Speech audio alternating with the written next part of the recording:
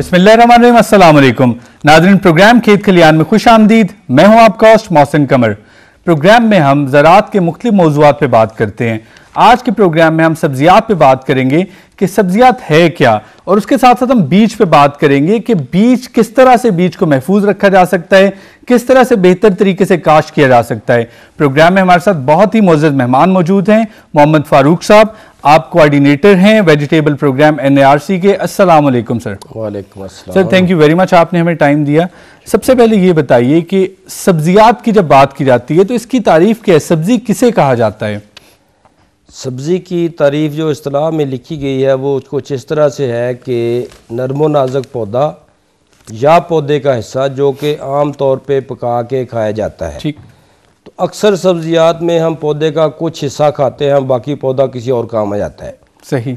और आगे ये मैंने कहा है कि पौधा या पौधे का जो आम तौर पे पका के खाया जाता है, बहुत सारी जड़ी बूटियाँ भी हैं जो नरमो नाजुक होती हैं लेकिन वो खाने वाली नहीं होती। ठीक। तो अगर सख्त हो जाए नरमो नाजुक ना तो फिर भी हम नहीं खा सकते। ठीक। तो इस सेंस में ये है कि सब्ज़ी जो है वो नरमो नाजुक पौधा या पौधे का हिस्सा है जिसको हम आम तौर पर पका के खा सकते हैं। सही। वरना बहुत सारी जड़ी बूटियाँ जो कि पॉइजनस होती हैं उनको हम खा नहीं सकते। ठीक। लेकिन नरमो नाजुक होती हैं, डेफिनेशन के लिहाज से वो ठीक है, खाने वाली नहीं होती। ठीक। सो ऐसे तमाम पौधे जो कि जहरीले नहीं हैं और जो नरमो नाजुक होते हैं वो बेसिकली सब्जी की डेफिनेशन पे पूरा उतरते हैं। अगर हम बात करें कि कितने ग्रुप्स हैं, क्लासिफिकेशन की बात की जाए तो सब्जियात के कितने ग्रुप्स हैं, कितनी क्लासिफिकेशन, और किस बुनियाद पे इनको मुरतब किया जाता है? सब्जियात की जो क्लासिफिकेशन है या ग्रुप बंदी है वो तो मुख्तलिफ चीज़ों पे डिपेंड करती है। ठीक। ज़िम्मेदार के लिए हम जनरली यहाँ पे मौसम के लिहाज से जो है क्लासिफिकेशन उस पर ज़्यादा कंसंट्रेट करेंगे। तो मौसम के लिहाज से सब्जियात के दो ग्रुप हैं, मौसम गर्मा की सब्जियां और मौसम सरमा की सब्जियां। तो मौसम गर्मा की सब्जियां जो है इनकी ज़रूरत के जो है वो हाई टेम्परेचर होती है। ठीक। जिस पे बेहतर नशोनुमा पाती हैं, और इनकी आम तौर पे जो काश्त है वो फरवरी मार्च से शुरू होती है और जुलाई अगस्त तक हमें इनसे सब्जियात मिलती रहती हैं। ठीक। इसकी जो मिसाल है इसमें टमाटर, बैंगन, शिमला मिर्च, कड़वी मिर्च और बेलों वाली तमाम सब्जियां और खरबूजा तरबूज भी इसमें शामिल है। ठीक। जबकि दूसरी जो मौसम सरमा की सब्जियां हैं जैसे नाम से जाहिर है सर, यहाँ पे ये बताइए कि जिस तरह आपने जिक्र किया कि खरबूजा और तरबूज भी, तो मैं सिर्फ ये जानना चाहता हूँ कि क्या खरबूजा और तरबूज जो है वो फल की कैटेगरी में आएगी या सब्जी की कैटेगरी में आएगा? बेसिकली खरबूजा और तरबूज ये सब्जियां हैं। ठीक। लेकिन हम इनका इस्तेमाल जो करते हैं एज फ्रूट कर रहे हैं। ठीक। तो है ये सब्जियां। ठीक। ये नहीं सब्जियों की क्लासिफिकेशन में आएगा? क्लासिफिकेशन सब्जियों की में। ठीक। ठीक। और दूसरी जो सब्जियां हैं वो है मौसम सरमा की। तो इनकी नशोनुमा के लिए हमें कम दर्जा हरारत की ज़रूरत होती है। इनमें गोभी ख़ानदान की सब्जियां, धनिया, पालक, मेथी, लहसुन, प्याज वगैरह शामिल हैं। ठीक। तो ये सब्जियां आम तौर पे सितंबर अक्टूबर में काश्त होनी शुरू हो जाती हैं और मार्च अप्रैल तक इनसे हमें सब्जियां हासिल होती रहती हैं। तो ये जनरल से एक क्लासिफिकेशन है सब्जियों। ठीक। सो अगर हम बात करें पाकिस्तान के हालात, जो ज़राअत के हवाले से बात की जाए तो पाकिस्तान में कितना साजगार माहौल पाया जाता है सब्जियों की काश्त के हवाले से? अल्लाह ताला ने हमारे मुल्क को मुख्तलिफ़ किस्म की आबो हवा से और मौसमों से नवाजा है। ठीक। तो हम पूरे मुल्क में पूरे साल में किसी न किसी कोने में हर सब्ज़ी बिला तखसीस मौसम के जो मैंने शुरू में क्लासिफिकेशन कराई है हम उगा सकते हैं। ठीक। यानी आप ये कह रहे हैं कि मौसम गर्मा की जो सब्जियां हैं, जो आमतौर पे जिस तरह भिंडी की अगर मिसाल ले ली जाए तो वो पाकिस्तान में किसी न किसी इलाके में कोई ना कोई ऐसा महीना जरूर होगा जब उगाई जाती है। ठीक। तो मसलन इसकी मिसाल आप ये देख सकते हैं कि जो मौसम गर्मा की सब्जियां हैं ये सर्दियों में हमारे आमतौर पर जो ट्रॉपिकल एरिया जिसमें सूबा सिंध शामिल है, ठीक, वहाँ ओपन में ग्रो की जाती हैं। ठीक। वहाँ से सारा साल टमाटर, मिर्च, शिमला मिर्च, बैंगन, खीरा ये सारा साल पाकिस्तान की मार्केटों में ये अवेलेबल होता है। इसी तरह जो मौसम सरमा की सब्जियां हैं हमारे पहाड़ी और नीम पहाड़ी इलाकों से जिसमें धनिया, पालक, मेथी, मटर, सलाद वगैरह ये उधर से सारा साल मिलते रहते हैं। सो इसका मतलब है कि पाकिस्तान सब्जियों की काश्त के हवाले से इंतहाई साजगार हालात पाए जाते हैं। काश का मरहला कितना अहम है? जब इसकी जो सोइंग प्रोसेस है, जो काश करने का मरहला है, वो कितना अहम है? क्या दूसरी फसलों की तरह, जिस तरह गंदम हो गई, क्या उस तरह से बिल्कुल इसको काश किया जाता है या थोड़ा सा ही पेचीदा मरहला है? सब्जियात में ये है जी कि थोड़ा सा दूसरी आम जो ग्रान में क्रॉप है उनसे डिफरेंट है। ठीक। 3 मुख्तलिफ तरीके हैं जिससे इनकी काश्त की जाती है। पहला तरीका ये है कि सब्जियात का बीज बराह रास्त हम तैयार खेत में लगा देते हैं और वहाँ उसको फिर पानी मिलता है, गोडी वगैरह की जाती है, वहाँ ही वो फसल परवान चढ़ती है। ठीक। तो इसमें आम तौर पे बेलों वाली तमाम सब्जियाँ जो गर्मा की हैं, भिंडी है, मूली, गाजर, शलगम, सलाद वगैरह, ये चुकंदर वगैरह, ठीक, ये बराह रास्त हम बीज से लगाते हैं। ठीक। और बीज ही से आम तौर पे इसकी काश्त जो है बेहतर वो नताइज दे रही है। ठीक। और दूसरा तरीका यह है कि कुछ सब्जियां ऐसी हैं कि जिनको अगर हम बराह रास्त बीज से काश्त करें तो वो इतना इकनॉमिकल नहीं है, फ़ायदेमंद नहीं है। सही। तो हम उनका जो है पहले पनीरी तैयार करते हैं, या उसको आप पौध कह लें या नर्सरी कह लें। ठीक। तो उसके बाद प्रॉपर जब नर्सरी की स्टेज होती है तो उसको हम तैयार खेत में मुंतकिल कर देते हैं। ठीक।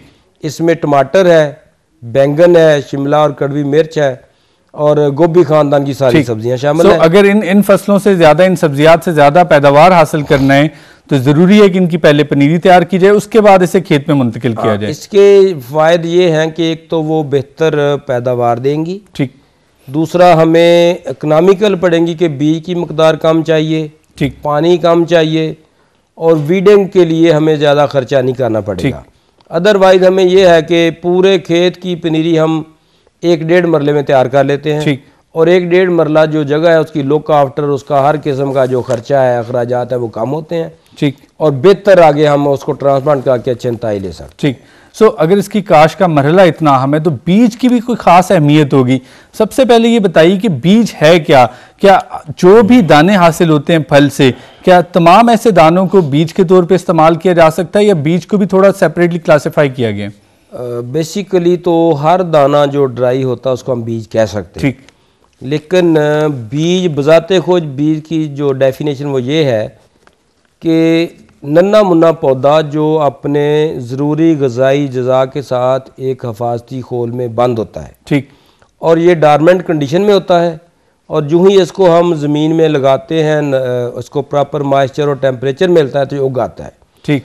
और ये इसके डॉर्मेंट होने में या कह लेंगे ये रेस्ट की हालत में होता है। सही। उसके अल्लाह ताला ने बहुत से फ़ायदे रखे हैं कि हमारी जो खुराक है हम जितना मर्जी ज़ख़ीरा कर लें। ठीक। अगर डॉर्मेंसी ना होती तो हम अपनी खुराक जो ज़रूरी जनास हैं इनको ज़ख़ीरा ना कर सकते। जहाँ तक बात है कि अच्छे बीज की, तो किसी भी फसल का, बेशक वो सब्ज़ी है या कोई और क्रॉप है, तो उसकी अच्छी पैदावार का दारोमदार अच्छे बीज पे है। सही। और सब्जियों में ख़ास तौर पे ये बहुत ही अहम है क्योंकि हमें सब्जियों में मकदार के साथ म्यार की तरफ ज़्यादा तवज्जो देनी है। ठीक। तो अच्छी म्यारी फसल लेने के लिए अच्छा बीज होना बहुत ही ज़रूरी है। ठीक। इसका मतलब है कि बीज जो है उसकी अहमियत इंतहाई ज़्यादा बढ़ जाती है।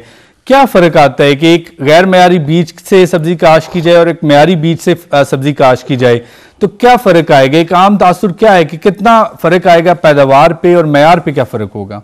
बीज में ये है जी, मैंने जैसे पहले अर्ज़ किया है कि अच्छा बीज अच्छी फसल की ज़मानत है। ठीक। तो हमारे ज़िम्मेदार भाई अक्सर ये करते हैं, बाद का बीज लेने गए, बीज महंगा मिला है, तो इसमें मैं आपको प्याज की मिसाल दूंगा। ठीक। अब भी मुख्तलिफ बीज की लाइफ मुख्तलिफ है, जो स्टोरेज लाइफ है। तो प्याज इस मसले में बहुत ही सेंसिटिव सब्ज़ी है। इसका बीज सिर्फ 1 साल तक वाइबल रहता है। सही। तो दुकानों वाले क्या करते हैं कि कुछ नया बीज कुछ पुराना मिक्स किया, तो जो अच्छा बीज है वो तो जिसका प्योर है उसी साल का ताज़ा, तो वो तो आपको देगा 2000, 3000, 4000 रुपये का 1 किलो। ठीक। तो जिसने मिक्सिंग की है, जिसने पुराना बीज शामिल किया, वो दे देगा 600, 800 रुपये किलो। ठीक।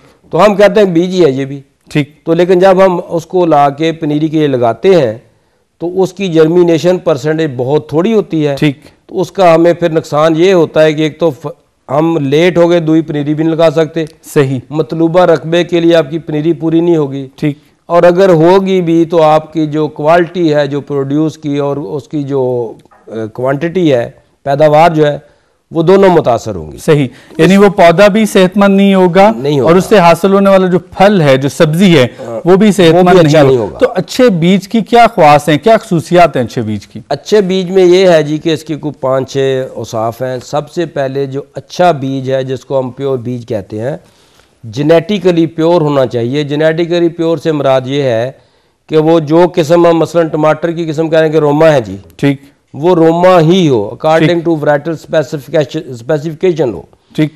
दूसरा ये है कि उसकी जो जर्मिनेशन परसेंटेज है वो हमारे लिए जो थर्ड वर्ल्ड कंट्रीज हैं 75 से 85% है। यानी आप ये कह रहे हैं कि अगर 100 बीज हासिल किया जाए तो 75 से 80 बीजों से पौधे मिलने चाहिए, पौधे उतने होने चाहिए। ठीक ठीक, ये मयार है, ये हमारे यहाँ एक मयार है कम से कम। ठीक, जबकि जो तरक्की याफ्ता ममालिक है उनमें ये परसेंटेज 90% से ऊपर है, उससे भी बेहतर है। ठीक, बेहतर है। ठीक।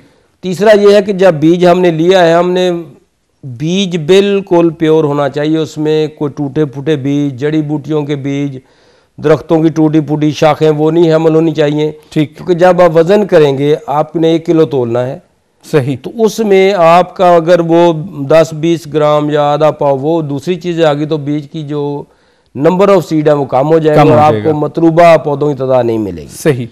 फिर बीज ये है, उसमें यूनिफॉर्मिटी, एक यूनिफॉर्म किस्म का होना चाहिए, ग्रेडेड हो अच्छा बीज। ठीक।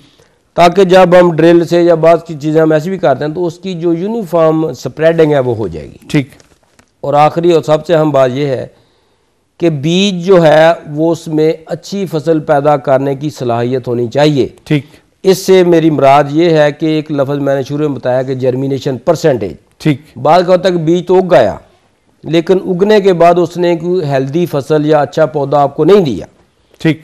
तो इसको उगने के बाद अच्छी फसल पैदा करने की वो सलाहियत रखता हो। ठीक। इसको हम अंग्रेजी का लफ्ज़ वाइटलिटी बोलते हैं। ठीक। तो ये 5 पॉइंट हैं जो बहुत ज़रूरी हैं। ठीक, तो ये 5 पॉइंट हैं जो इंतहाई अहम हैं, और अगर इन 5 पॉइंट्स पे अमल कर लिया जाए तो ना सिर्फ ये कि अच्छी पैदावार हासिल की जा सकती है, बल्कि नतीजे में अच्छी सब्जियात भी हासिल की जा सकती हैं। बिल्कुल। डॉक्टर साहब, यहाँ पे थोड़ा सा ब्रेक का वक्त हो रहा है। ब्रेक पे जाने से पहले मैं सिर्फ ये जानना चाहूंगा कि हाइब्रिड बीज के बारे में बताइए कि हाइब्रिड बीज क्या है? अच्छा जी, हाइब्रिड ये है कि ये 2 किस्म की बीज है। एक तो है आम ट्रेडिशनल बीज, या हम उनको ओपन पोलिनेटेड वैरायटीज का बीज कहते हैं। ठीक। या जनरली लोग कहते हैं अकसाम का। ठीक। तो वो एक सिंगल एंटिटी होती है। ठीक। हाइब्रिड जो है, या इसको दोगला बीज हम कहते हैं, ये 2 पेरेंटल लाइन को, ठीक, या 2 अच्छी अकसाम के मिलाप से, मसलन ए और बी को आपने मिलाया है, ठीक, तो सी मिला है। ठीक। इसको हम हाइब्रिड कहते हैं। और हाइब्रिड में ये है कि इसके अपना औसाफ हैं। ठीक। पैदावारी सलाहियत ज़्यादा होती है, इसका जो साइज है वो यूनिफॉर्म होता है। यहाँ पे मेरे पास इस वक्त ब्रेक का वक्त हो रहा है। जब हम ब्रेक से वापस आएंगे नाजरीन, तो हम बात करेंगे कि हाइब्रिड बीज क्या है। जिस तरह कि ब्रेक पे जाने से पहले आपने देखा कि बीज, अच्छा बीज जो है वो अच्छी फसल की जमानत है। इसके साथ ही ब्रेक से वापस आके बात करेंगे कि हाइब्रिड बीज से क्या ज्यादा पैदावार हासिल की जा सकती है, और उसके अलावा बीज और सब्जियात से मुतल्लिक तमाम बातें होंगी। So stay with us.